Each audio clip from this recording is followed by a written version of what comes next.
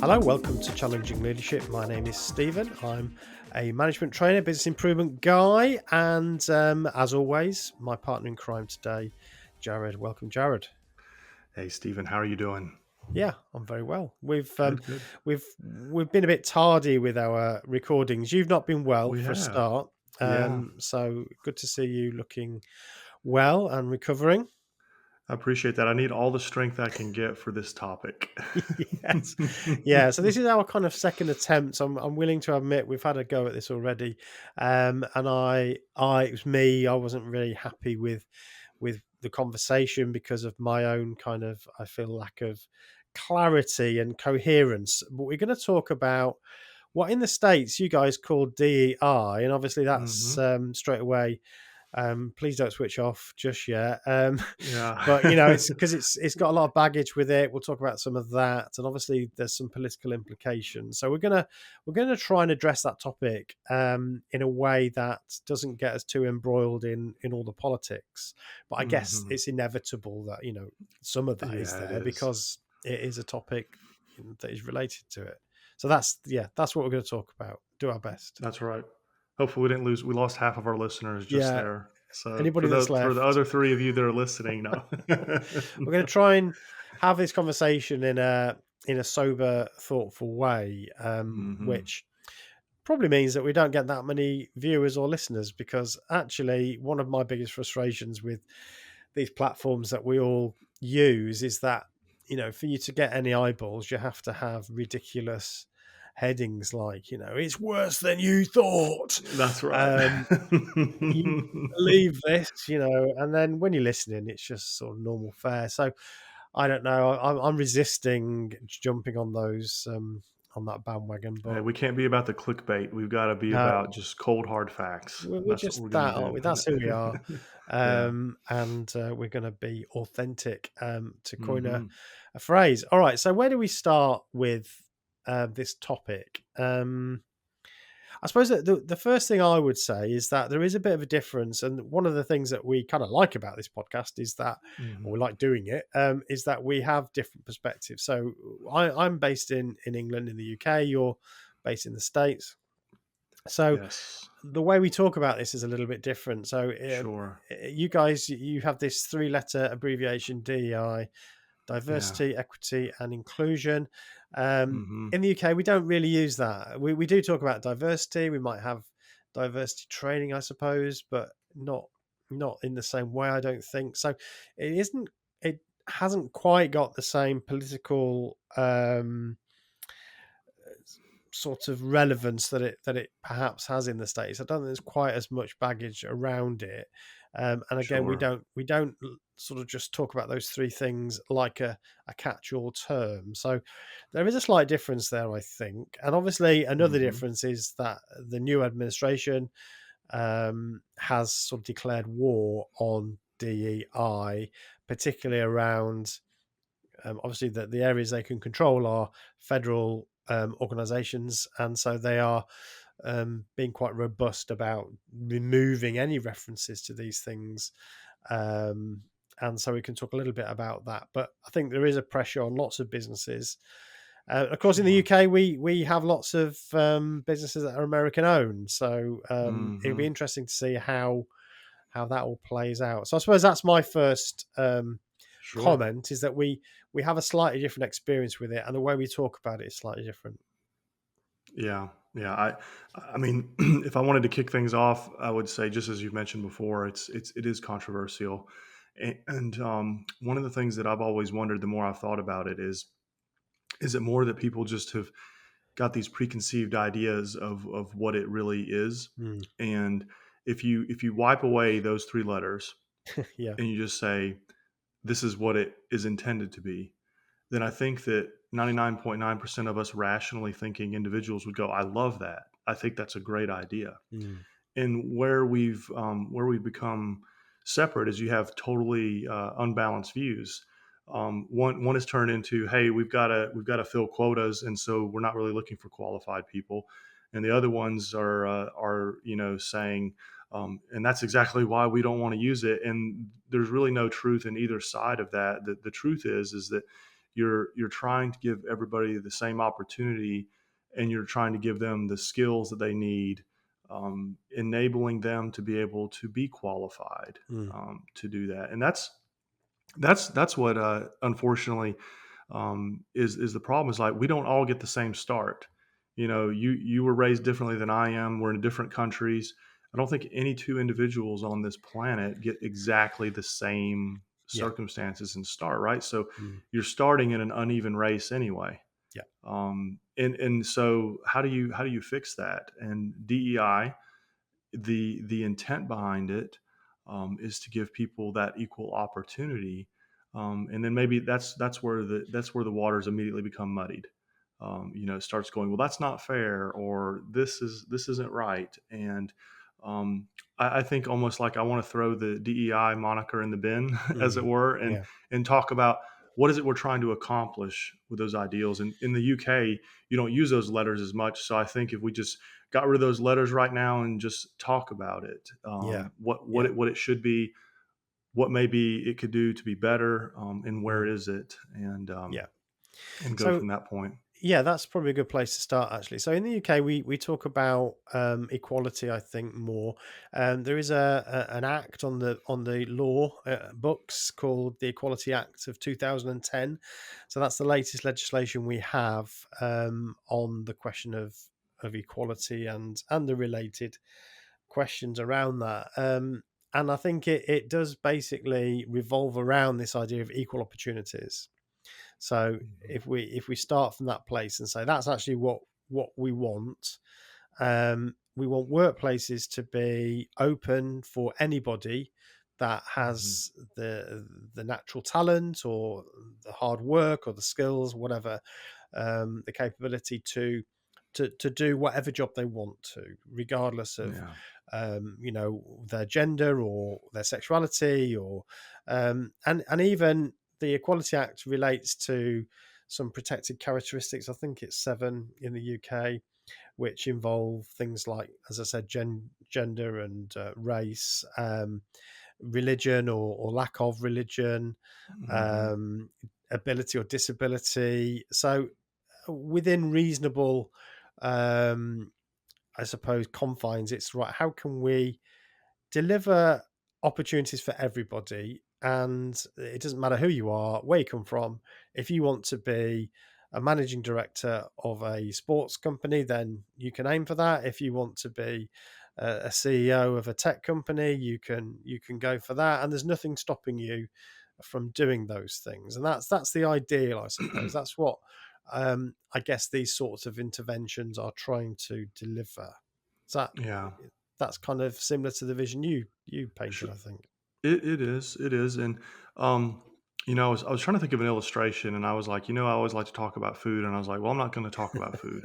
I'm gonna talk about the before you get to the food, and that's the seeds, right?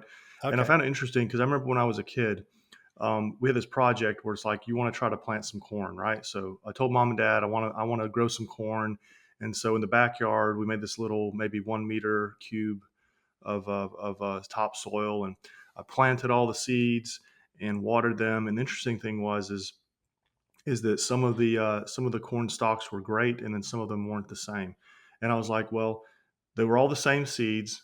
I Mm, thought I watered them all the same, but they were there was a couple that were like in the shade of a tree, mm, and so they didn't get as much sunlight. So there was the variance there.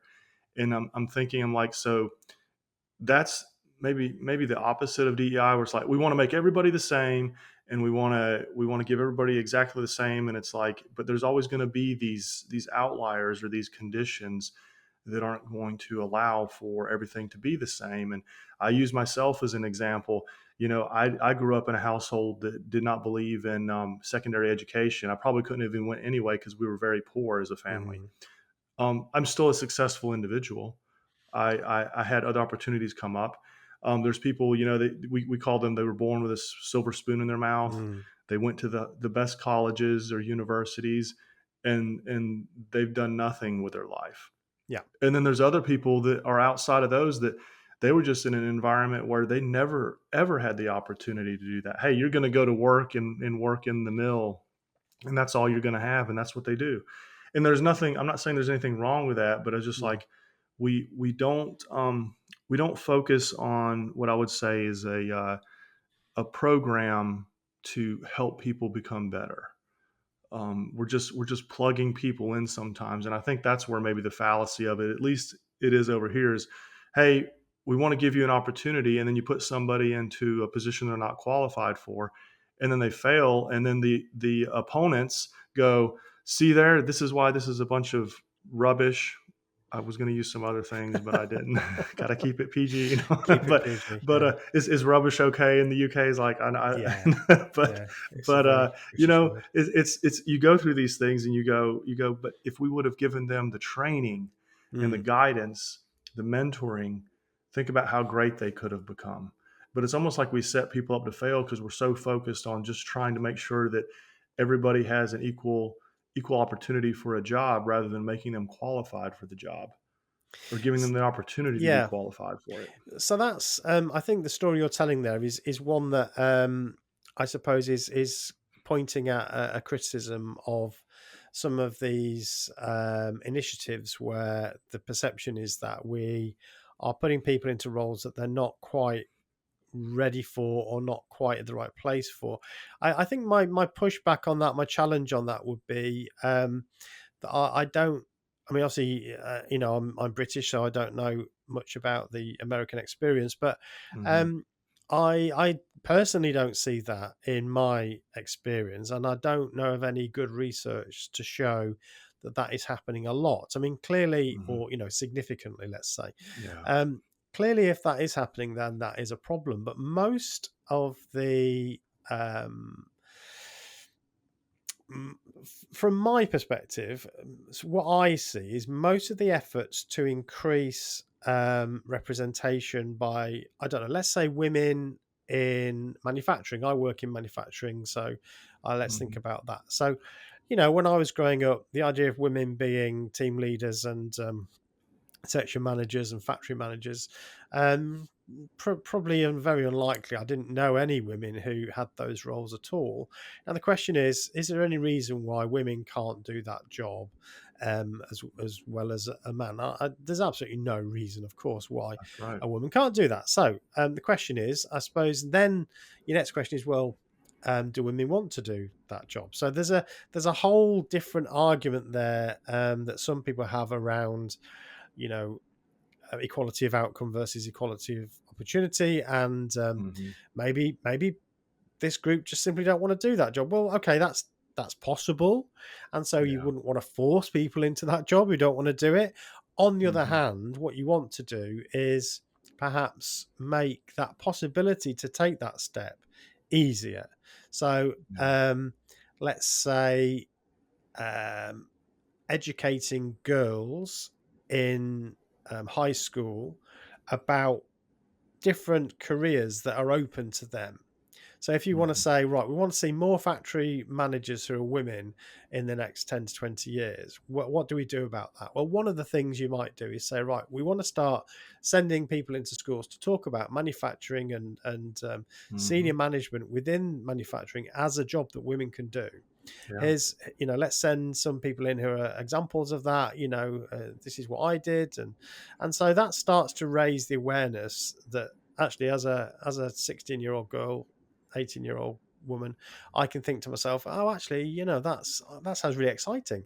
Hmm. And as a recruiter, this is going back quite some time now. As a recruiter, I remember recruiting some young women onto our accelerated management scheme. So these were people who just come out of university, so they're in their early 20s. And some of them were really enthusiastic. They loved the idea. And some of them worked Yeah. there in their school days as well, part time, and they loved working in food manufacturing, which Hmm. surprised me, but they absolutely loved it. They found it really exciting and interesting. Yeah. And they made some brilliant managers, and they went on to great things. So for me, that's the sort of thing that you can do. Hmm. Now, I guess that would get labelled as a DEI initiative. Um, Sure. but nobody's saying, right, we need to make the path easier so that the qualifications are less difficult for the young women to get into those Yeah, roles. We're not that's gonna right. we're not gonna shove them into the role before they're ready, but we're just making them aware that this is open to them and you're welcome. We want Yeah. people that look like you and have your background to come into this. So you Mhm. can say the same for lots of other industries. As I go to different businesses, I find that there still are certain areas that are dominated by a certain demographic. And there's no real reason for that. It's not like the job requires that difference, if whatever that might be. It's just that that's the way it's kind of been. And the question is, does is that meaning then that there are potentially people of a different demographic who are just not getting the chance? Yeah. And if that's the case, then it feels like the right thing to do, to give everybody a chance. Do you know what I mean? Yeah. Yeah. No, I agree. I think you hit a nail on the head with the idea of like in the school age is where you reach. And maybe that's where we're having this issue is because we're trying to do something that we should be doing, Mm, and you're trying to fix the top half of the problem and also at the same time the bottom half. I think that if we bring it into the schools again, that's why I mean, not just because I love training, but mm, you have to start young because mm, it'd be ridiculous to grow an apple tree and then halfway through, nope, I want you to be a pear tree now. mm, You can't, it's like you could graft a pear in there, sure, but what could happen, and I'm not saying this does happen all the time, but I do know that it does happen, is standards are lowered for certain things, and that happened in the U.S. military. There's actually things that are related to that where it's like, oh, you can qualify a different way. You don't have to do as many chin ups. You don't have to do as many push ups. But if there's a job that you have to do, that's that's where you look at it, it's like this isn't golf where, hey, I can say I'm better than Tiger Woods because I have a 45 handicap. So even though I shot a 120, I technically beat him. You can't give handicaps in the business world. You have to be successful. So instead of a handicap, what you do is you teach the person to be a better golfer. You give them the training. They got to practice. There has to be effort put into there, and maybe that's where the controversy comes in is there's this right or wrong. There is this view that some people have. They feel like it's not fair. I've worked really hard for this, and then some bloke comes in and takes the job who they just wanted to make sure that we met a certain quota. And yeah. and I think most of that is just it's false. It's just more of a preconceived notion. But then you say, well, where did that come from? And again, it's all how things are presented. I think the DEI initiative, if it's presented in the proper way, which is talking about how you're wanting people to better themselves and give people those opportunities rather than we're just going to accelerate somebody above you just because we want to have more percentage of this individual or this sex or whatever. Mm. That's where it gets really muddy. Yeah, so I guess so we've got a couple of questions there. I suppose that the first thing I would maybe challenge a little bit is, We got um, to. This is the name of our this is podcast. it. This is what we're here for, isn't it? So okay, let's talk about the. So obviously, I don't know about the American military, so I'm just taking what you said as Yep, read, yep, and in that yep. the amount of pull-ups that a man has to do is greater than a woman in order to Yeah. meet the certain requirements. So okay, if that is true, then I guess Mhm. that's likely to create a feeling of unfairness. Mhm. However, I guess what it's trying to do is take into account the biological differences that mean that in that particular activity, then on average, men are more likely to perform higher than an average woman. However, Mhm. if you were recruiting for chin up specialists, then I would Mhm. absolutely say that's a problem. But Yeah. working, being in the military includes a whole host of things, Sure it does. some of which, on average, you might say actually women perform slightly better on average than men, for instance. So there are some there They is make some tremendous research. fighter pilots. Well, I don't know, Yeah. but That's there what is they some. say. That's Is what that right? the Yeah. research says. So Yeah, some yeah. research around ability to. I know there's a bit of a cliche around multitasking, and I Mhm, always challenge that a little bit. But there is yeah, some evidence that there is a slight advantage that women have in terms of the thickness of the corpus callosum. That means that mhm, they are able to manage more than one thing at the time, perhaps a little better. Plus, they might have slightly, again, this is on average, so this doesn't mhm, relate to anybody individually, but on average, um, slightly greater ability to maintain a more steady state rather than sort of losing the temper and so on. Um, yeah. Again, we've got to be careful we don't feed into stereotypes No, around I men know. and women, Yeah, but yeah, these are, yeah, I suppose, very yeah, broad yeah. on average type of you know tendencies or traits. I don't know if that's the case, but my point is it could be that in the round, okay, um, how often is that going to be a problem in the battlefield? Not really ever. But it's obviously there is a difference there. But the same goes for, I guess, things like disability, and Yeah. there are um, there are ways that we can say, well, okay, the person can't do this, but they can do that. So, Mhm. and they excel at that. So let's make reasonable adjustments to allow for a person that wants to do that job, has a little bit of a problem with that. So we have to make allowances for that, but actually they make up for it in other areas, and they have actually higher skill levels in this or that. Um, and I guess that's the principle um, behind making reasonable adjustments Mhm. um, in the workplace. Now, obviously, there comes a point when that's no longer reasonable or possible. So, at that point, you say, well, we can't actually do anything about that. That's just the job. But Yeah. where things are able to be adjusted, I don't see a problem with that, so long as in the round, um, the person is still qualified. But I guess that's Mm. that is contentious. And the other point that Yeah.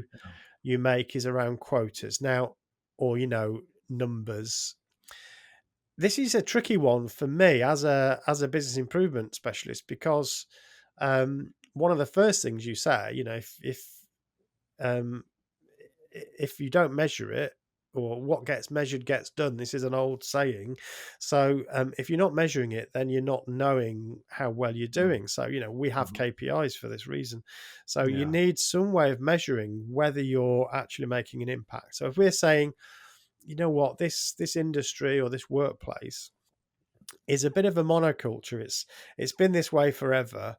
We're not really. It's clear that we're not giving opportunities to people who would like to do this sort of job, but but don't get, somehow they don't have the networks, or they don't get the Yeah. opportunities to come into it. So what can we do to change that in some way? Mhm. If you're going to measure whether you're successful at that, then what do? You have to have some way of measuring, and I think that's the biggest challenge in a way. I also Yeah. understand with KPIs that it also drives sometimes the wrong behavior. So you end up with people doing things just to get the right number that Mhm. is not actually what you're looking for. We had Yeah. some massive scandals around mis-selling of mortgages and loans and so on. Mhm. I think it happened in the States We had first, that here in actually. the US too. Yeah, and that led to Yeah. the great crash of 2008, Mhm. essentially. But Mhm. part of Yeah. the reason for that was because the KPIs were all about getting those sales. It was all about, Yeah. getting more people to sign on that dotted line. And of course, that Yeah. drives behavior. So, yeah, I'm not. I don't think there's an easy answer to that. I think we need to be vigilant that any sort of skewed behavior that is being driven by these numbers, we need to be very, Mhm. very careful of that. Yeah. Normally, what you do in Well, businesses is I'm you gonna throw, go I on, want to throw a hand grenade in all of this. go No, for it. Yeah, yeah. but so I'll use myself as an example. I guess this is where I don't even know where this line goes, but Mm, there has to be a line where everything can't be DEI.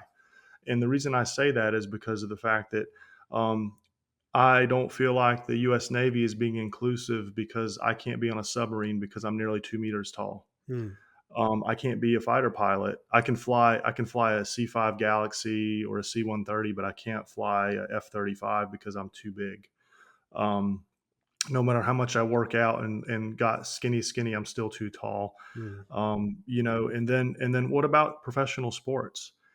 Do we have any DEI initiatives? Sure, the front office does, but um, there's no professional sports team that is going to intentionally pick somebody to be a starter that is not a good athlete, not skilled at that. So I guess I feel like that it's almost like if we really believe that, then why isn't it across the board? And Okay. I'm not saying how Yeah, I feel about that. I'm just yeah, yeah, yeah. going, No, it's great. It's a why is great that challenge. why is that any different for Mm, a company that wants to be completely successful with their business, or an airline industry that wants to be completely safe with their airline? You know, I mean, yeah. it just begs so many other questions, like why is this okay and this isn't okay? You Well, know? okay. Let's address that because I think Yeah, that's a really good question. So my argument with that is then why are why are we missing out on potential excellent fighter pilots because are not designing our aircraft in such a way that people yeah, over 6 foot can fly them. I mean, yeah, that yeah, seems crazy to me. It's not yeah, like why can we not do that? yeah. Is that not possible then? I mean, the amount of weight difference is negligible if you're talking about a Everything's jet. possible. They just don't want to spend the money. It's because they haven't developed it with that in mind. So what that is Yeah. doing is it's excluding a whole group of Hmm. mostly men Yeah. who would have the capability. They've got the reflexes potentially. They have the right mentality to do that job. But just because aircraft manufacturers haven't thought about making these cockpits in such a way that anybody can fly them, then we're missing out. So I would agree. I would say that why are we not thinking about that? Why Yeah. are we not building Yeah. aircraft that Yeah. anybody pretty much can pilot them? Um, that seems like a really sensible thing to do. So, yeah, Yeah. I agree. We shouldn't only be thinking about, um, I suppose, any particular group that we might think is a beleaguered group. Actually, we want fairness across the board, and I would Yeah. certainly support that. Going into your sports analogy, that's an interesting one too, because um, so we our national sport is soccer, football, we call it, and you have different shapes and sizes on a football field. So your striker, your guy up front is normally, depending on the style of play, but they're often certainly in the UK and in English football tend to be a bigger sort of player. So Mhm. often above 6 foot. Certainly the Yeah. goalkeeper is always around 6 foot or more, and so there's certain characteristics that you're looking for a goalkeeper, but you don't need that in central midfield. So they're often, Yeah. 5'7" and skinny, but obviously still very fit. So I suppose Mhm. my argument here would be, okay, we're not saying that there's never a case to say, well, actually, this falls outside of that tail if you think about the bell curve, but Mhm. actually, can we widen out what is possible, and actually all teams are diverse in that they are, they have different skills. Again, a football team's a great example of that. You got some tricky um, people who are great on the ball, very very Mhm. skillful. You've got some others who are strong, others good in the air, headers, because they're big and strong and so on. And so you want that mixture. You don't want a team full of 5'7" ball players because Yeah. they wouldn't. So that's an argument for diversity. Yeah. Um, and what we're talking about there is not your traditional. kind of, again, along race lines, but diversity of skills, probably experience, size and shape, and so on. Yeah. Well, I know soccer or football. Maybe it's not a controversy if the owner of Tottenham put me as every position on the field, then the fans would be quite upset about that, and I'd be upset because I was like, why? Or do you have a prejudice against me? And it's like I don't fit the bill for what is required for that position. In American football, there's a famous coach. His name is Nick Saban, and he actually had, before he'd even look at a recruit, he had a list of heights and weights and body fat percentage, and they had to fit Mm. these certain, we'll call them KPIs Yep. or statistics for each key position on the field. And if you were out of this, you couldn't be in that position. He didn't even look at you. It was like that's just where he said it. Mm. And so I'm like, eh, nobody bats an eye at that. What if you did that though in the workplace? And I think that the controversy comes into, it's like, why aren't we focusing on how do we get people to be able to be qualified for those positions? Because the thing is, in sports, no matter how much I'd like to be a striker, I'm not it. I might make a goalie because Yep. I'm large and immobile. I can do a quick burst to the left or to the right, and that's all you need to be able to do. And I got big Mm. hands, but like how do you, you can't teach certain things, right? You either are or you aren't in the professional sports Mm. world, but in Yep. the business world, we can educate people. We can help them to become better, but that doesn't even mean, hey, just because you want to be a CEO, maybe you're just not CEO material. Well, this is true, and Yeah, yeah, the workplace is discriminating all the time, yeah, and we do accept that because we recognise that certain skills are required in certain roles, and hmm, yeah, we don't have all of them at the same time. So yeah, I yeah, think that's fine. I guess, in going back to the UK legislation, the way that that's drafted is, um, and no one would actually say this sentence, but it is yeah, true that we can discriminate, but not on the grounds of these protected characteristics. So I can yes, discriminate on the grounds of lack of experience, let's say. So I'm recruiting for a new manager, and I look at their CV, and they've never been a manager before, and I can say, well, I'm actually looking for somebody that's had about 5 years' experience in that role. So, and that is a discrimination. That's I'm discriminating against them because they haven't got that experience. Now, nobody's going to criticise that, and everybody understands that. hmm, Um, but I'd look at other things as well. So I might look at some qualifications they might have. I also might get them to do a psychometric test, which gives me some insight maybe into their personality traits. Whether they're sort of, um, their personality is likely to fit in with the role that I'm asking them to do. hmm, Um, so these are the sorts of activities that you would do. So we do discriminate on the basis of skill, on yeah, the basis of experience, and of course on performance. And I think everybody accepts that, or at least should do. And I guess where the nub, the knotty bits that we've discovered in this conversation, um, and it's hard to know how much it is real and how much it is just perceived, but is this hmm, belief by some um, that the qualifications are relaxed for certain groups in hmm, order to fulfill a quota. So I think that is hmm, the concern. Yeah. yep. No, that's definitely. I think that's a perception. In some cases, maybe it's a reality. In some cases, maybe it's not. But it gets a lot of airtime. Yeah. I just go back to, it almost creates a self fulfilling prophecy when you have to have people that are qualified to do stuff. You don't want someone flying an airplane that doesn't know what they're doing. I don't want to buy a computer that was designed by somebody that doesn't have a degree in computers Mm. and science That and things like that. But that's we're right. not focusing on how do we get people to that, because otherwise, if we're only allowing maybe the prejudices or the opportunities for education are limited. And I'm speaking just from the U.S., but it's a money thing. Like universities are typically for where people go that Mm. they have the money for it, or you get a ridiculous amount of loans, and that can be super intimidating to be tied Mm. down to $300,000-400,000 in loans just to get a 4-year degree. Yeah.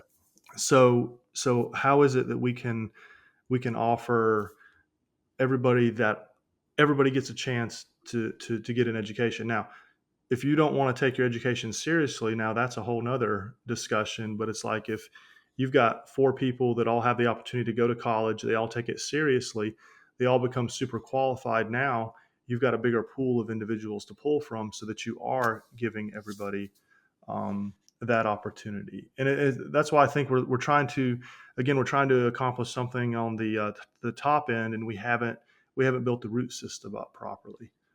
It's like our change in mentality has to, I think it's going to be successful. It's just going to take some time to continue to develop the pool of qualified individuals. Yeah, I think. I mean, for me, you're pushing at an open door um, for anybody, whether they describe themselves as progressive or otherwise, to say, we should make sure that um, education is inclusive, so that Hmm. everybody has the chance to develop the skills that they need then um, to progress in whatever field they want to. I suppose I'm not, I there may be data out there that supports this idea that there is a problem with people being promoted into roles that don't qualify but are being promoted purely to meet a quota. Now, if there is data out Hmm. there to support that, then yeah, okay, that sounds like it could be a problem, um, and I'd struggle to support that practice, Yeah. unless you could argue it in like I mentioned about the push-ups. Okay, we Yeah. might say, well, relax it in this area, but actually we get more out the other end for something Yeah. else. Okay, fine, Yeah. there's an argument there. But if we are genuinely saying that people are getting promoted purely to fulfill a quota, then okay, that sounds like a problem. But I'm not willing yet to Hmm. to accept that as a premise. I accept that it's something that people believe is happening, Yeah. and I'm not denying that it might never happen, and I acknowledge that there is a risk of it happening, but I don't know if that is happening or has happened, because for Hmm. me it's still like, if you want to be a doctor, let's say, if you want to be an airline pilot or whatever, the actual exams for being a doctor, the exams for being a pilot, and so on, they don't change just because you belong to a certain ethnic group. As far as I understand it, you've Hmm. gone through the same process of education, you've gone through the same process of testing and assessment, and therefore, if you're a doctor, you're a doctor. It doesn't matter where, Hmm. what. It might be different if you qualify in different Yeah. countries because they'll have different standards. But Sure. if we're talking about the same Yeah. country, then the standards are the same for everyone, and therefore you should be confident. Listening to some of the commentary around this, listening to one certain commentator who says, if I'm having surgery and it's a black woman surgeon, I'm straight away thinking that she's a DEI hire. Well, um, on what No. basis are you thinking that? Because Yeah. you have to go through the same qualifications to That's do right. that job.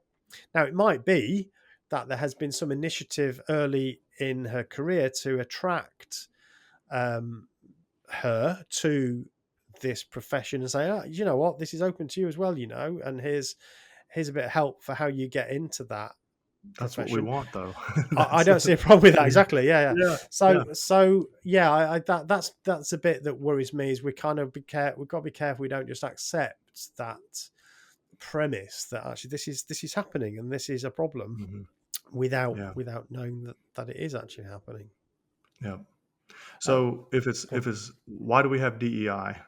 that's Mm. maybe the question we could finish up with. Well, Why is it there? Why is it necessary? that's a great question, because actually that does lead on to the other thing I wanted to talk about was, um, if you and this would anger some people, I guess, on the right of politics, um, and I guess, I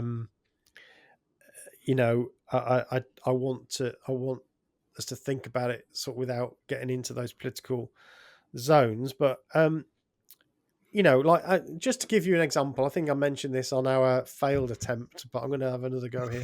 You're gonna Um, we're gonna use this one. We have to. we're We've use been it. trying for a month, Stephen. So you got to I get it know. out. This bit of fact is really interesting. So in the UK, we have, everybody's heard of Oxford University, or University of Oxford, and Hmm. Cambridge. These are the two biggest universities in the country, and Oxford is particular in its status. Now, 31 of the British prime ministers have been educated at Oxford. Now, if you think about how many prime ministers we've had, um, I don't know how many that is. It must be about 60 or something. We've not had that many prime ministers because, of course, we were a monarchy originally. We're now a Yeah. constitutional monarchy, which means we have prime ministers, and they're the people that actually make the decisions. So we've not had that many prime ministers, but out of those we've had, thir- um, 31 were educated at Oxford. And there's similar numbers around education at earlier years. So Westminster is one of them, and Eton is the big one. That's where, again, a lot of the prime ministers did their earlier schooling at Eton, and then they went on to Oxford, and they got into politics and so on. Now, if you look at the makeup of Oxford, it's changed a bit over the years, but you're still talking about a dominant group, which tends to be white and male.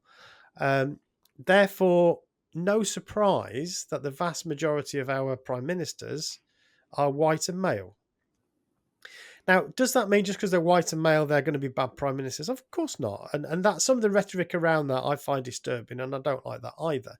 But it Yeah. does suggest that um, there is a there are have been historically advantages for certain groups because they get into certain roles. So if you Hmm. look at most boardrooms, they're mostly men. If you look at certain,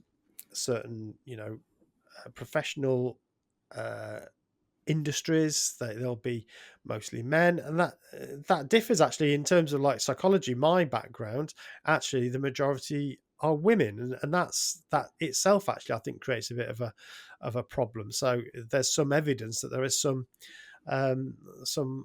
of the other way round actually we need to be looking at, and Hmm. so I would support that too. But the fact is that there's something going on there. Now, some of that is around, you've already said about, in the UK we have obviously a very historic class system. Um, so if you happen to be born to certain parents, you have more opportunities, you have better Hmm. options. So when it comes to recruiting, so I know it's a bit of a long monologue here, but when it comes to recruiting, I think part of the efforts with um, equality and diversity interventions is to say, right, how can we redress that balance a little bit? And part of the temptation is when we're recruiting that we tend to recruit for people that are a bit like us, and that's normal human Hmm. nature. So if you Hmm. like do some interviews, I don't know, 20 people come for an interview different times, and you sort of chat to them, and the old fashioned way of doing interviews was you get their resume, but you basically just have an interview and then decide whether you like them or not. Yeah. Well, the people that you like are probably going to be into the same sort of thing that you're into, um, and actually you relate to them because they come from a similar sort of place. So part of the Hmm. effort for some of these initiatives is to say, well, let's try and eliminate that bias that tends to, I'm going to recruit people a bit like me because I get them. Let's say, Yeah. well, actually, what matters here? Well, qualifications matter, maybe something around their personality traits? What about qualifications? And let's actually use those things. Let's do a little test and stuff to actually do our recruitment. So we're no longer doing the, well, I just like them. I got on with Yeah. well, and so, and Yeah. I think that's really, really valuable, and that has only happened in the last sort of 50 years, I would suggest. Mhm. And part of that has been through initiatives which in the States gets called DEI. Yeah. In the UK is protected by the Equality Act. And yet it's still a problem. We are still Mhm. recruiting people who often we just kind of we like. And Yeah. that's part of the reason for some of these initiatives. I'm sure there are other Mm. reasons too. Yeah. Yeah. No. No. Good points. Good points. Same. I'd say the same in the Mm, U.S. yeah. You look in a big business. You're going to have a row of pictures or paintings, and they all look like they're all related to each other. you know, Yeah, yeah, that's right. And it's not always. Thurston the Eighth. Yeah, exactly. It's not, and it doesn't mean individually that those Yeah. people are not talented. So this is some of the, I think this is the real challenge of this discussion. And this is also the same challenge we have with a lot of different issues, sometimes around IQ and around other things as well, is that we experience the world on an individual level. So when I'm going for a role, I want to feel that I have as much chance of getting that role as somebody else if I Mhm. have the right qualifications. And so I'm That's right. experiencing it on this individual level.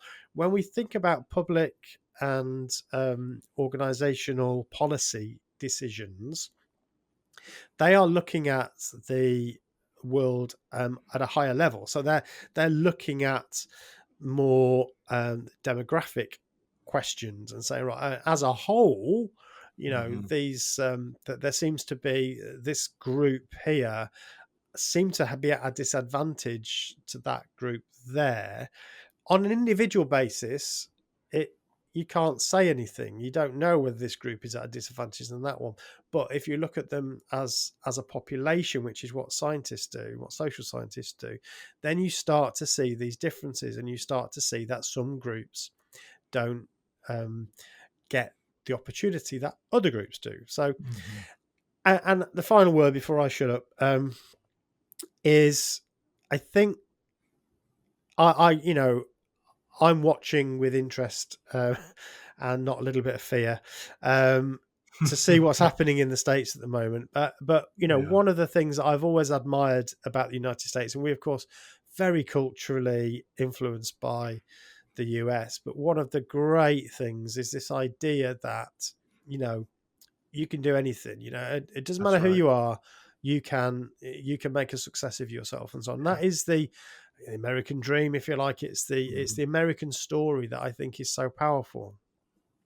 But I do think sometimes that um, that brushes over, or it actually is a bit of an illusion. Because yes, Mhm. sure, individuals can, and you will find, you know, I don't know, musicians, rap stars that grew up in the ghetto, and you'll be able to hear stories of people that grew up in poverty but became, great captains of industry and so on. There will always be those stories, but I think Yes. if you look at again at a more population level, you start to Mhm. see that yeah, okay, it's possible, but it's damn unlikely. So Yeah. individually, people have been sold this story that yes, you can succeed if you try hard enough. But actually, it's not always about trying hard enough and working hard enough. Sometimes it is about where you're born, who you Yeah. know, who your father knew, Yeah. and where you Yeah. happen to have gone to university. So I think that, if I may say, I think that Mhm. beautiful dream sometimes leads Americans to sort of believe that they kind of believe in their own hype, and the same goes for the UK as well. We've got great Mhm. examples of people who rose to success, but in the main, there's nothing that predicts your future better than Yeah. where you were born, Mhm. your ethnic backgrounds, and your parents' jobs. these things Yeah. predict how you're going to do, certainly at the macro level. That's right. It is because it's like, well, how many wonderful prime ministers could you have had that maybe they went to a different university, or in the Absolutely. U.S. Presidents that came from a non-prestigious area, like recently Jimmy Carter passed away. He was like an outlier. Yeah, So you can always find, I call it those that's right. lottery winners, Yeah, where yeah they won the lottery, and then we hyper focus on that, but for every one there's thousands that get forgotten about that. exactly. Nope, they were stuck in low income housing and never had the opportunity. Yeah. And I mean, I think my concluding thought would be, if companies really want to if they want to increase their value, the way you do that is by focusing on making people better, giving people opportunities to just to grow. Because I think everybody can add value in some form or Mm. fashion, but they're never given the opportunity. And it's like, the opportunity should not be, here's a new job, and then they're not qualified for it, and then we get into the Peter principle. That's a whole Yeah, nother thing. yeah, yeah. So it's just do the right thing, but that's sometimes not always easy, because there are political things in play. But ultimately, I hope everybody who endured us to the end in this podcast gets to appreciate that there's something to take away from it, and that maybe we can, if we're against DEI, maybe we go, you know what, maybe I should look at it. And then if we're on the other end of the spectrum where it's DEI or die, realize that there's more to it than that. You just can't say Mm. the words. You've got to actually live and breathe the ideal behind it for it to be successful. Cool. Well, I think we survived that, We Jared. did. Yeah. Yeah. So be Yeah. interested in as a listener what your observations are on that. We've tried to keep it away from the politics side as much as we can. Um, and so yeah, be very interesting to hear your comments. And obviously we'll be interesting to see how things progress both in your country and mine, Jared. Well, here's to hope. Well, thank you very much. Don't forget to like, subscribe, follow, all those good things on whatever platform you're using, and we'll see you again shortly. Bye for now. Yeah. See you.